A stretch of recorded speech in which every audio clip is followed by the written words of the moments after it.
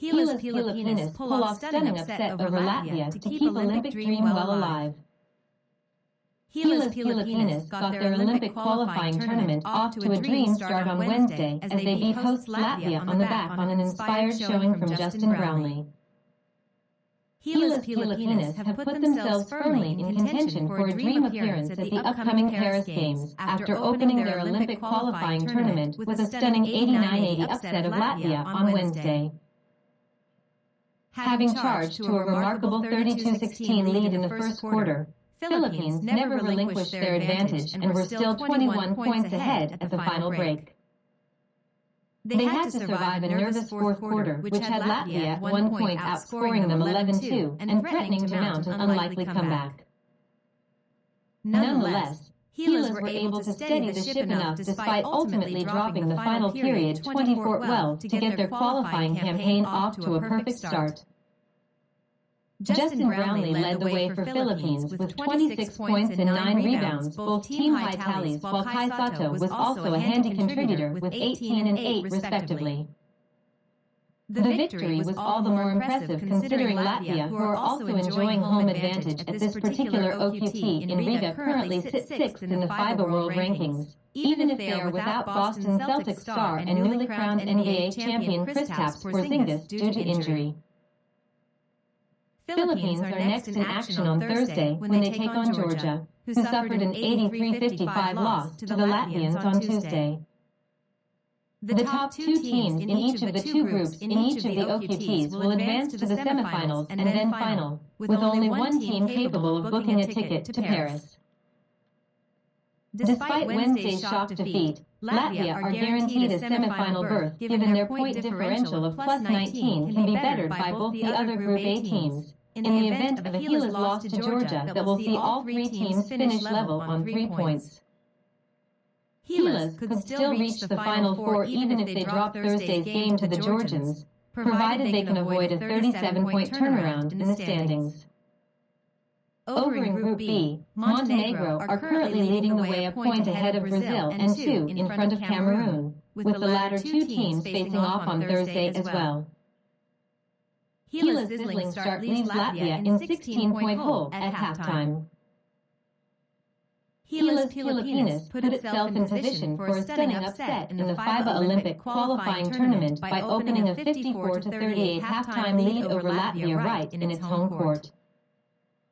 Fueled by an 8-0 start, Gilas raced to leads as high as 18 points, needing only to keep their lead in the final 20 minutes of the game to shock the world's number 6 ranked team. Latvia showed signs of life late in the second quarter to cut the gap to as low as 9, but the Philippines responded with Justin Brownlee and Dwight Ramos draining baskets to make it a 16-point game at the break. Brownlee had 16 points in the first half, while Kai Sato and Junmar Fajardo had 11 and 9 points. Respectively, for Gilas.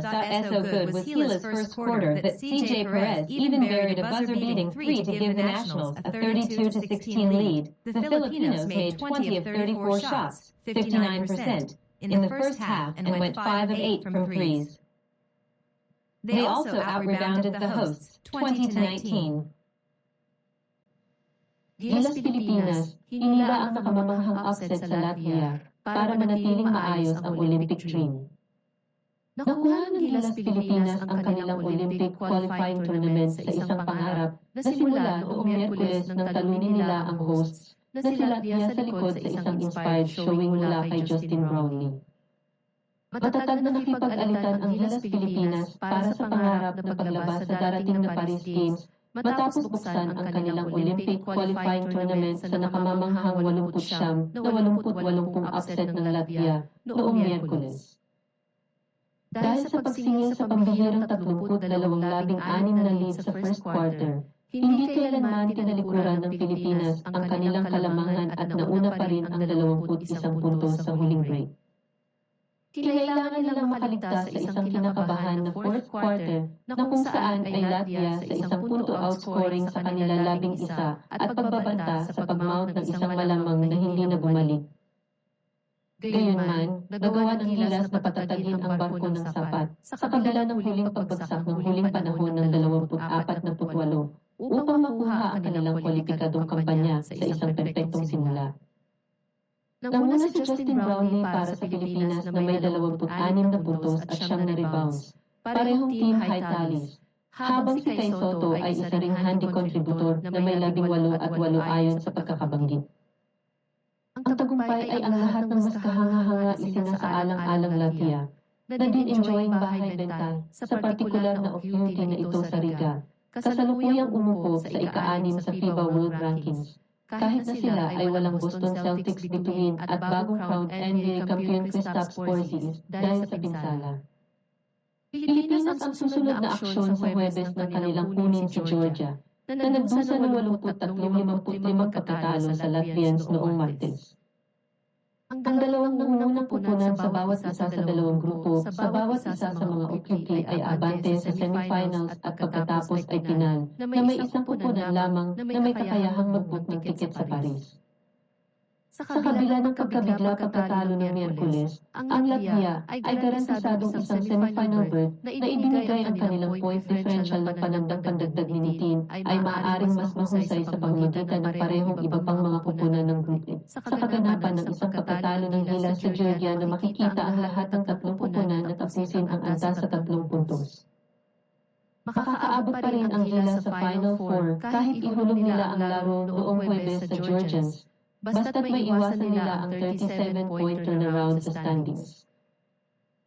Sa Group B, si Montenegro ay kasalukuyang nanguna, 1 punto sa unahan ng Brazil at 2 sa harap ng Cameroon, at ang huling dalawang kupunan ay nakaharap din sa Huwebes. Sizzling start ng Gilas, iniwan ang Latvia sa 16 na point hole sa halftime. Inilagay ng Gilas Pilipinas ang sarili sa isang nakamamanghang upset sa FIBA Olympic Qualifying Tournament sa pagbubukas ng 54-38 halftime lead laban sa Latvia mismo sa home court nito. Pinalakas ng isang 8 simula, FTTPs, WWE Spain PH Basketball FIBA kumaripas ng takbo ang Gilas para manguna sa taas na 18 puntos. Kailangan lamang panatilihin ang kanilang liderato sa huling 20 minuto ng laro para mabigla ang kupunan ng World No. 6 ranked team. Nagpakita ng signs of life ang Latvia sa huling bahagi ng second quarter para putulin ang agwat sa hanggang 9 na taon, ngunit tumugon ang Pilipinas sa pag-alis ng baskets na Justin Brownlee at Dwight Ramos para maging 16 na point game ito sa break. Nagtamo ng 16 na points sina Brownlee sa first half, habang sina Kai Sotto at Junmar Fajardo ay may 11 at 9 na puntos ayon sa pagkakasunod para sa Gilas.